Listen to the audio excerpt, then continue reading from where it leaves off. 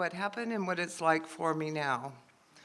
I'm the oldest of 8 children, and what I can remember growing up is that my dad was making a lot of money and my mom was making a lot of babies. You know, it was one right after the other, right after the other. My name is Polly. It's Polly Carrasco. When I was younger, my maiden name was Mullally. So I grew up with the name of Polly Mullally. And that's why I'm an alcoholic, and I guess because Polly wasn't bad enough. It was Polly want a cracker, Polly Wally doodle all day, Polly put the kettle on, polyester, Polly grip. I heard it all. I was teased, you know. And then I have 7 brothers and sisters, and my siblings' names are Pat, Pam, Paula, Peggy, and Penny, and the brothers are George and Greg. And when my parents got mad when we were growing up, they peed all over themselves with all those girls. I don't remember really the first time I ever got drunk, but I do remember the first time that I drank. Our next door neighbors, he worked for the Schlitz, it's hard to say, Schlitz Brewing Company, and he would have cases and cases taller than I was at the age in his garage. And my sister Pat and I hopped over the fence and stole the beer from one of those cases. And I'm sure he didn't even notice it because he had so many of them. But her and I sat around the corner of my mom and dad's house and we drank this hot Schlitz beer. And I remember thinking this is the most disgusting thing that I've ever had in my life. But I also remember thinking, I can't wait to do it again. And I don't know it was so much about the drink, but it was about, you know, sneaking around and doing something, getting away with something. And we never got caught for doing that. But that was the beginning of a string of really bad decisions that I would make for the rest of my life. Because there were so many of us, I had to go out and get a job. If I wanted the things that other kids had when I was growing up, I had to get a job. So I did this babysitting job. So begins the bad decisions. I have a babysitting gig, and I asked a young boy that I was flirting around with at school to come and visit me. And I had my first sexual experience. I used to worry when I was first sober about mixing up my first spiritual experience and my first sexual experience. So now I just get the sexual experience out of the way, because it wasn't spiritual. 2 minutes after it was over, I knew it was a bad decision. And anyways, that experience resulted in me getting pregnant. I was 15 years old. It was the first time I ever had sex in my life, and I ended up getting pregnant. And I believe that my alcoholic tendencies began then, because I learned at a very young age how to deny, how to stuff feelings that I was having way deep down inside, and keep those secrets that nobody. You know, it took me until I was probably at least 10 years sober in AA until I got some of those secrets out of me. So I did. I hid it from my parents who were busy with all their other kids. I hid it from my teachers. I hid it from my friends. You know, and I stuffed it way down deep inside. And I ended up having this, I've heard it described as a God-sized hole in my gut, you know. And I was the girl they whispered about at school. Psst, psst, psst. You know, that Polly Mullally girl, la, la, la, la, la. And high school for me was miserable. I was a good kid. You know, I had disappointed my parents very badly, and I didn't want to disappoint them anymore. So I was a model child. You know, I didn't do anything wrong. And I didn't want anybody else whispering about me, so I was a good kid. I got good grades. I got a full-ride scholarship to college, and once I started college, everything was going to be perfect. Everything was going to be good, right? Well, I walked onto that college campus, and the first boy that walked up to me says, "How can I help you? I'm here to help you. I can answer your questions." And I fell in love. And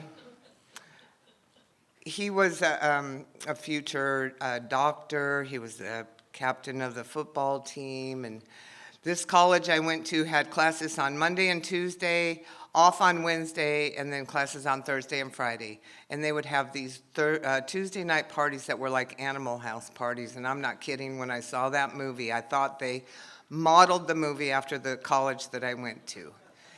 So I'm in college, and I don't have the reputation anymore. I don't have the worries that people, the rumors and gossip and anything else. And academics became secondary to me. The have fun girl and, let it all cut loose, that's who I became.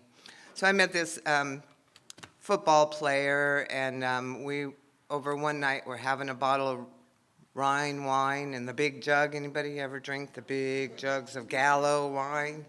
We're drinking the Gallo wine and having some spaghetti, and we decided that we should get married, right? It's a true story.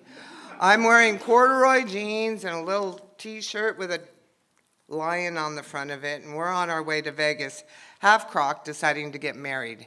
I don't remember much more about it. I know we said I do. We went to the courthouse, and then we sobered up and got on the way home and thought, oh my goodness, how are we going to tell our parents what we just did? Neither one of us knew how we were going to do that. So I went to my house, and we went to his house, and it took us a couple of months to muster up the courage to tell him what we had done. One more bad decision that I made, this one as a result of my relationship with alcohol.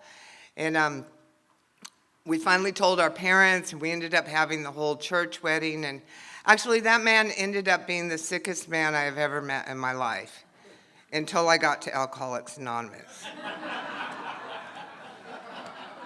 And this is a true story, and I'll get to that in a little while. I should back up a bit. When I was that 15-year-old girl and I got pregnant, I ended up having the baby and putting it up for adoption. That's a big part of why the hole was in my gut. That marriage was going to be what fixed me. I had the white picket fence, and everything was going to be all right, and I was going to have the happily ever after. And I married him when I was still a teenager. I was 19. By the time I was 21, we were going through a divorce. So a 21-year-old going through a divorce is not a good combination. A 21-year-old alcoholic going through a divorce is a really bad combination. So that was in the 80s. I was going out to the bars. I'd tell myself I'm only going to have one drink, and then I'm going to go home, go to work, right?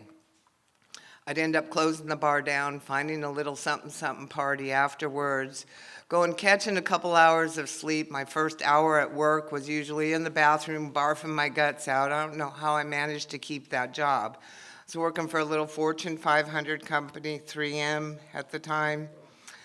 And I was a bad girl. I was just a bad girl, I was doing things I didn't want to be doing. I was doing people I didn't want to be doing, and it was the 80s, and bad things were happening to people who were doing the things that I was doing, and I knew something had to change. So that went on for a couple of years, and I made another bad decision. A lot of my decisions revolved around men. Men were going to be the answers to my problems. So I met another man. And he says to me, well, it's either, I don't want anybody in my life that's doing drugs. So it's either drugs or me. And that was the 80s. If you partied in the 80s, you know what I'm talking about. So I stopped doing all drugs, but his family owned like 4 bars in the neighborhood I was growing up with, and everything was just fine. And we were about 8 years into that relationship, and he decided that when he drank and I drank, it was a really bad combination. Sometimes it would get really volatile, and he decided that he was going to stop drinking. And I think he thought if he stopped drinking, I would stop drinking too. And I was kind of at that, well, I gave up my drugs for you, dude. I am not giving up the alcohol too, right? I just refused. And I would defend my right to use alcohol. To the death, I would defend my right. I work hard. I deserve to have a drink after work to unwind or whatever. Now, I'm the type of person, I don't know about you, but different alcohols affected me differently. You know, if I drank wine, I was kind of lovey-dovey, melancholy, hug and kissy. But, you know, if you gave me tequila, my clothes would start falling off. If you gave me a bourbon or a whiskey, I'd put up your dukes and fight, you know. And I got into trouble. I got my the first time I was arrested, I wasn't even 21, but I was getting into all kinds of trouble, you know. I got a DUI. They used to call them 502s back in the day. I got one. I got another one, and I'm with this man that I gave up the drugs for. We were together for 13 years, and I had this aha moment. I was sitting at my kitchen table, and you know, we had built a pretty decent life together, and I'm sitting at my kitchen table, and I'm looking around, and I realized that here I was, I had everything that I ever wanted, and I realized I did not want anything that I had. And I don't know if you've ever been there, but it's kind of an icky feeling, right? So I decided to make some changes, right? He was the first one to go. You know, you got to go, because all of my decisions and all of my problems revolved around men. So if I get the man out of the way, everything's going to be fine. Well, that really wasn't the case. You know, and then I didn't have someone in my life saying, you can't do drugs. It's either drugs or me. And I was still drinking, and there were people around me that were doing drugs all the time, and I just thought I was stronger than that. I didn't need that. And he was gone. We were going to a local bar, and I'd have people say to me, oh, look at so-and-so over there. She's doing that meth. Don't do that meth. That's how you end up. She's living out of her car. That's how you end up. And my head said to me, well, I'm smarter than that. That will never happen to me. And I resisted it for a long time, but I thought, I can give it a try. I'm too smart for that to ever happen to me. And I did it once, and it consumed me, you know. And the best part about it is when I did that, I could drink as much as I wanted to. I am an alcoholic. I love alcohol. I'm an alcoholic to the core. When I add a little methamphetamine to it, it's on. Well, what happened, I ended up chasing that for a long time, and I started getting into trouble. And I got into a lot of trouble, you know. I first got picked up for possession, and then they put me in jail, and then I got drunk in public, and they put me in jail. Anyways, long story short, I had a rap sheet that was like 13 pages long. It's very embarrassing. And the last time that I got into trouble, they told me, well, they wanted to put me in this program, right? And there wasn't room in the program, and I'm waiting in jail. And the day came, I fired my public defender. I fired the counselor at the place. I said, just plea me out. I wanted to go home. And they wouldn't let me do it. You know, they talked me out of it. And they talked me into getting into this program. It's called the Drug Court Program. I don't know if any of you are familiar with it. I don't even know if it's still around, to be honest with you. But that actually saved my life. Because I would have gotten out of jail. I would have done anything to get out of jail. The LA County Women's Jail at the time was the nastiest, filthiest, ickiest place on earth. I had this big black girl that was on the top bunk above me, and she was putting candy on my pillow and calling me boo, and I'm like, God, I gotta get out of here. So they give me, I'm waiting for this bed to become open in a residential program, and it never became, the bed never became available. I fired my public defender, and they talked me out of doing it. And they agreed to release me to a stable environment. So after 51 days in the LA County Jail, I called my parents, and they released me to the custody of my parents. I was 35 years old, and they released me to the custody of my parents. When they talk about pitiful and incomprehensible demoralization, when you're 35 years old and released to the custody of your parents, that's bad. That's bad, really, really bad. And they told me you have to do 90 meetings in 90 days, and I thought, oh, fine, I can give up the drugs. The drugs were bad. I was 51 days clean in jail. I can give up the drugs, but I'll just do the program, and when it's over, I can have a drink again. So I walk into my first AA meeting, and they gave out chips like this, right? And I was 51 days in jail, and they said, is there any newcomers here? And my hand shot up. This is something that happened to me in my first 5 years of AA. Every time somebody wanted something done, this hand, I could not control it. I would do anything and everything anybody asked me in my first 5 years. My hand just went up instantly when anything needed to be done. And that saved my life, to be honest with you. So that they said, any newcomers? And my hand went up. And then they said, are there anybody with 30 days? And my hand went up. And then they said, I was there for a week, and they said, anybody with 60 days? And my hand went up, and here I'm collecting these. They were keychains. I'm collecting these keychains, right? I'm 51 days clean and sober. I didn't have any keys. My parents wouldn't even give me a key to the house. I had no key. I had not a key to my name. I had these little keychains that had camels on them, and there was yellow ones, and there were red ones, and I had a handful of them, but I had no keys to put on them. So I'm taking the bus to this program, or my dad would give me rides to the program, and I said, I got to get a job, right? They were supporting me. They didn't want me there. I didn't want to be there. So I spent most of my time in the meeting house over here at the Covina 502 Club, the sobriety capital of the world. That's my home. I walked in, and there's a counter there. It's like a bar. It looks like a bar when you walk in. All they serve is coffee, but it looks like a bar.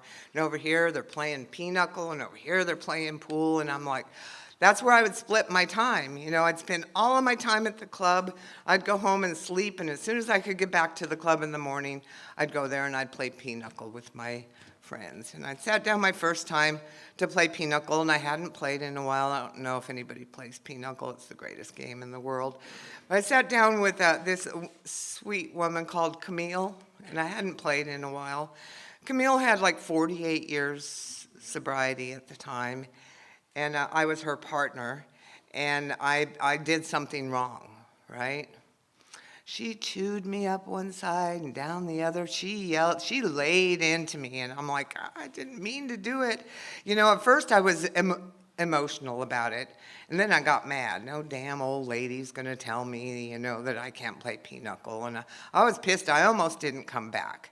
But I went back, and the next time I went into the club, Camille says, come here, Polly, sit down right next to me. And I learned my lesson. I was never going to make another mistake again playing pinochle with her. And we ended up being partners for years afterwards. She wouldn't be partners with anybody else, and we would kick some butt. We lost her when she was 90 years old and had like 55 years sober. And she ended up being my sponsor, and she taught me so many magical things. It's incredible. So I did my 90 meetings in 90 days. I did actually about 150, 180 meetings a week because, I didn't want to be at home. My parents didn't want me to be at home. But they eventually ended up giving me a key to the house, so I didn't have to knock on the door when I got home. And I had that hand that just kept going up in AA, Who wants to go on a panel to the mental institution up the street? My hand would go up. Who wants to be on the board for the Lano Club? My hand would go out. And I had a list full of commitments, cleaning ashtrays. Back in those days, people would smoke in meetings, so I would clean ashtrays, I'd stack chairs, I'd do H&I commitments. I would do anything that was expected of me. And they told me, you should not say no to any request in AA. And that's not true, because I wish I would have said no to the sickest man that I've ever met in my life that I went home with. Another bad decision, and you can make them when you're sober. When I took my 6-month chip, the sickest man that I've ever met in my life. I did this on again, off again, very, very sick, torturous relationship for the first 5 years of my recovery, and I'm lucky that I did not drink over it. And if not for the fact that I wasn't going to let no damn man take me out, I, by the grace of God, ended up staying sober. Because I still did what I committed to putting my hand up, you know. I did what was on my calendar first, regardless of what he expected of me. So I served on the club, I was doing AA commitments, and when I was 13 years sober, I had the honor and the privilege of being the chairperson for the Southern California AA Convention. If any of you have never attended, I hope you try to attend sometime. We try to go all over Southern California. It's the oldest convention in California, one of the oldest conventions in the country. I'm working at the club. I was the treasurer over at the club over there, and now I'm in the back room and I'm counting money, right? I was about 2 years sober, I think. I'm counting money in the back room of the club, and I hear this voice out at the counter. And the voice says, "Is Polly Mullally here?" See, I'm not lying. That was my name, Polly Mullally. And something in my head said, hey, I know that voice. I know that voice. And I got up and I walked out, and it was actually the judge that sent me to Alcoholics Anonymous in the first place. The drug court program had this thing where you go to court once a month, and it's called the wraparound theory, and he would get a progress report about how I was doing and blah, blah, blah, and you know, they'd give me a nice little pat on the head and send me, go back and do 90 more meetings, and we'll see you next month. And I thought, wow, they really take this stuff seriously, right? They released me a year. I finished my year. I got released from this felony charge I had pending over my head. And I invited him to come back to the back room where I had these stacks of money. They trusted me with stacks of money, 2 years sober. It's kind of incredible. And he's sitting in the back room with me, and he says, well, I just wanted to come by and let you know that I'm working a little program of my own. And my first thought, and the thing that came out of my mouth was my first thought, well, that's wonderful. I want everybody on earth to have the sunshine of the Spirit that I have. You know, I was on fire for AA at the time. I wanted everybody to have what I had. And then the second thing that came out of my mouth is, you mofo, that means you were sending me up the river when you were at the peak of your disease. I had no control. The words came out of my mouth, right? I had no control. They did. And I thought he was going to throw me in jail again when I realized what I said, but he just started laughing, and we actually struck up a friendship. We ended up being friends. I did my first 5 years in this really bad relationship. When I got out of the relationship, I made a connection with the women in AA that saved my life. I did. We had this little traveling meeting. We would go from house to house to house, and it was a very safe place. It was an environment where I could tell them what was on my mind. I didn't need to worry that it was going anywhere else, and it was magical. It was just magical. I'm about 9 months sober. I'm in this program, right? And they told me that I could start looking for a job. And I had a pretty decent resume. I'd worked 13 years for this Fortune 500 company before they asked me to leave because they didn't like people doing drugs on the job. That's a terrible thing. They did not fire me. They asked me to resign. But I had a decent resume. I just had this like 18-month gap that I had a little trouble explaining, and my tan wasn't good enough to say that I was vacationing in the Bahamas. So I'm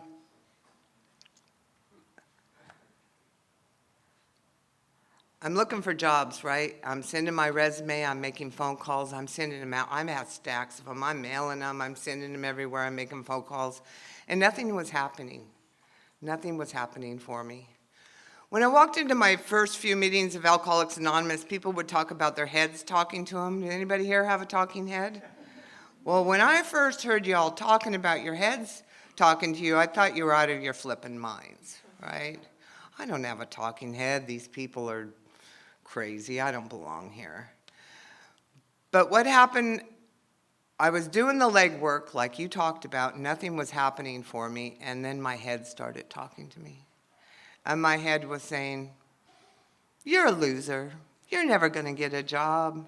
No one's ever going to hire you. All you are is a drug addict. You might as well go have a drink, at least when you were drinking. Blah, blah, blah, blah, blah. It was just going at me like crazy. And what I did is what was suggested to me is I hit my knees and I prayed, right? I hit my knees and I said, it was a simple prayer. You know, God, whatever you have in store for me, bring it. I'll stay sober today, just bring it. The very next day, I got a call for a job, you know, and they called me in for this job interview. I'm sitting in the job interview, and they asked about this 18-month gap that I had in my on my resume.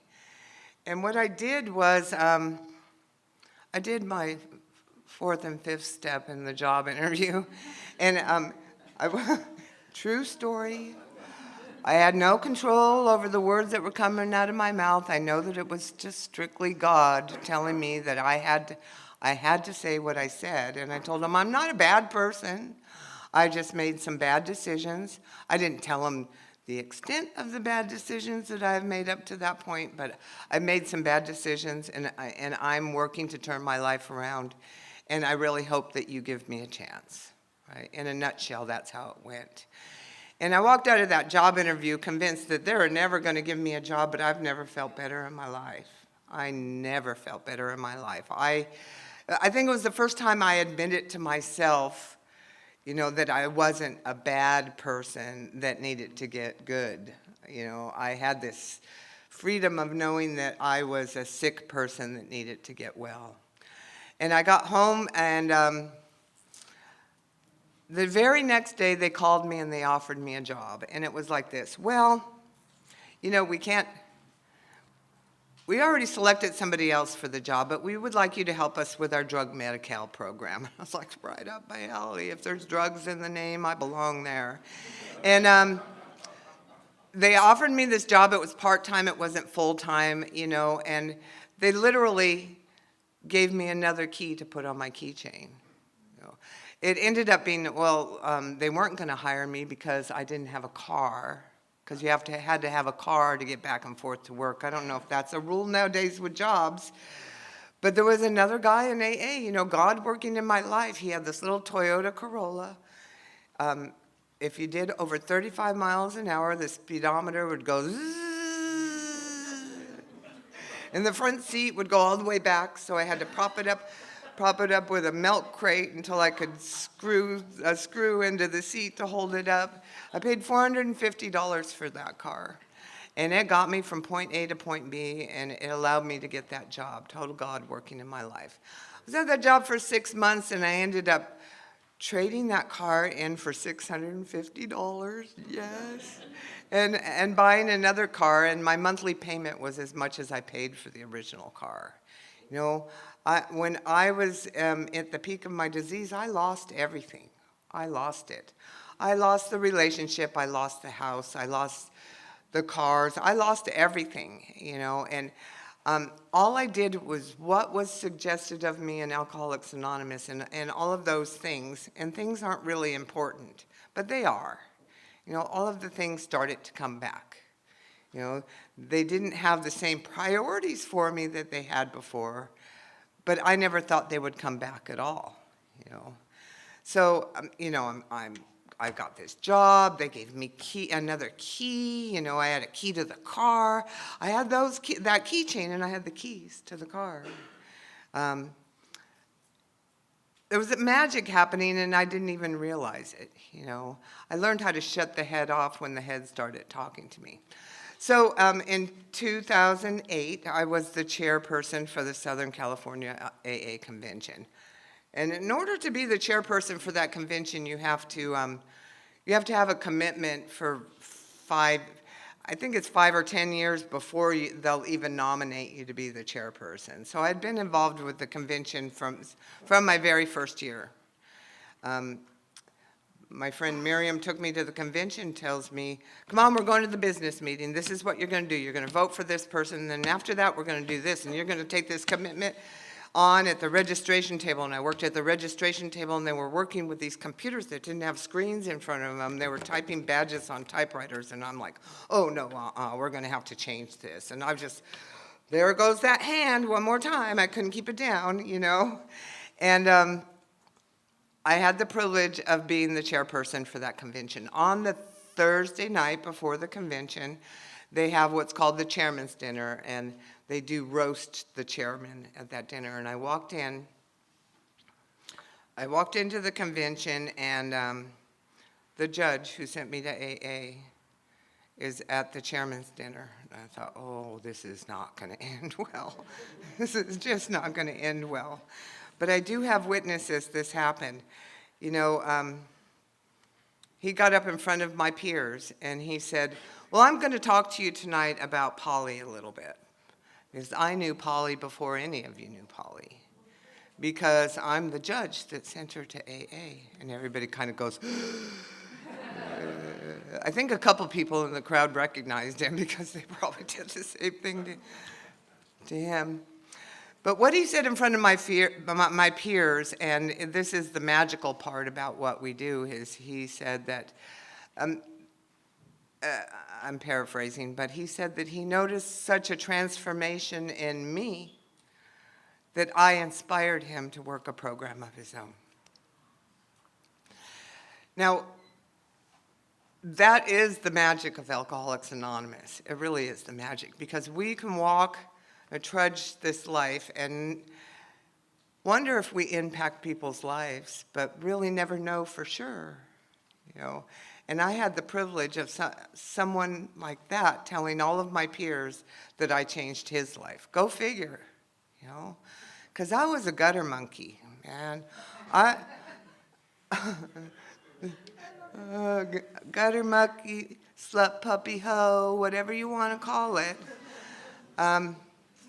I was a series of bad decisions that ended up being a catastrophe, you know, and it could have went either way. It could probably go either way for either one of us. I'm just fortunate enough that when I walked in Alcoholics Anonymous, I had nowhere else to go, you know. It wasn't that I felt the love. I thought you were all nuts, you know. I did. I came to get the heat off. That's all. I came to get the heat off. And by the grace of God, I got to stay. You know,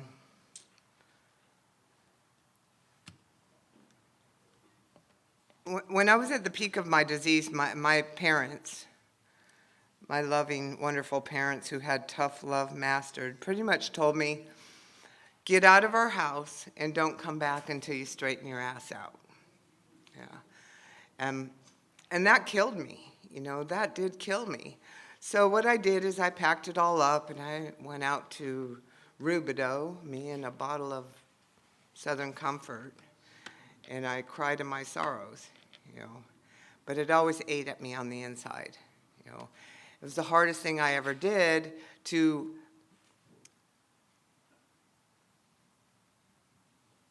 walk away from my family, you know, because we have love. Even though when I was growing up, I felt a little cheated. There were so many of us. There was always so much love in my household, you know.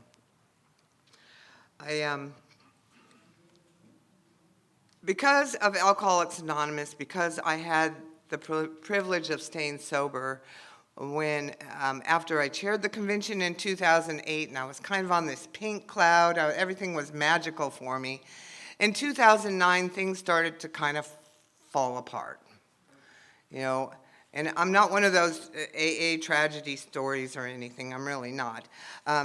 My mother got sick. You know, it was right after Thanksgiving. My dad called me and says, Polly, you need to come over. Your mom's not feeling well. You need to take her to the doctor. Now, the fact that my dad would do that after he told me to get the hell out of his house and never come back is kind of magical in itself. But I went and we took my mom to the hospital. She had some pains in her stomach. They did a CAT scan and surgery. Long story short, she got sick and never came home, right? They did a surgery, found cancer in her stomach, and sewed her back up and said, say your goodbyes. And my mother wanted me to make her medical decisions for her. Not my dad, she wanted me. And if I didn't get sober, I wouldn't have been able to be there and hold her hand when she passed away. It wasn't an enjoyable experience, but I think had I missed it, I wouldn't have been able to live with it. And then 6 months after that, my sister's husband of 35 years was on his way to work on his Harley, and he went full steam into the back of a semi-truck and was killed instantly. And it was a tragedy for my family because he was part of my family. Even though he was a brother-in-law, he was my brother. And he was young, and it was sudden, and it was tragic, and it nearly destroyed my sister. And because of Alcoholics Anonymous, I could be there and hold her hand and tell her that even on the darkest days, there's a bright days ahead, you know. She didn't believe me at the time, but we managed to make it through that. 6 months after that, we're on a family vacation, and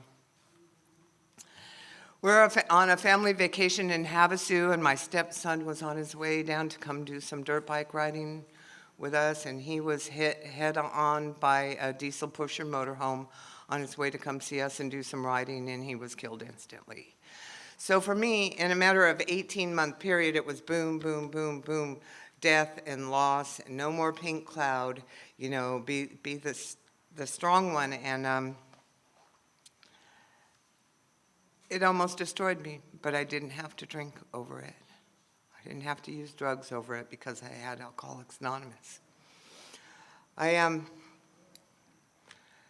used to go to that tri-state roundup every year with that sick man that I spent 5 years with in AA and finally got rid of, and I wasn't going to go this year, and I'm at the tri-state roundup, and there was this cute little Mexican man that sat at the roulette table, and he says, hello, Polly, and I read his name tag. Hello, David, and I actually had known him for a while, and I'm at the roulette table, and there were sparks instantly, you know, but I put my chips down, and he put his chips down, I put some on top. There's an argument about how this really went, but he says, so you like it on top, huh? Something like that.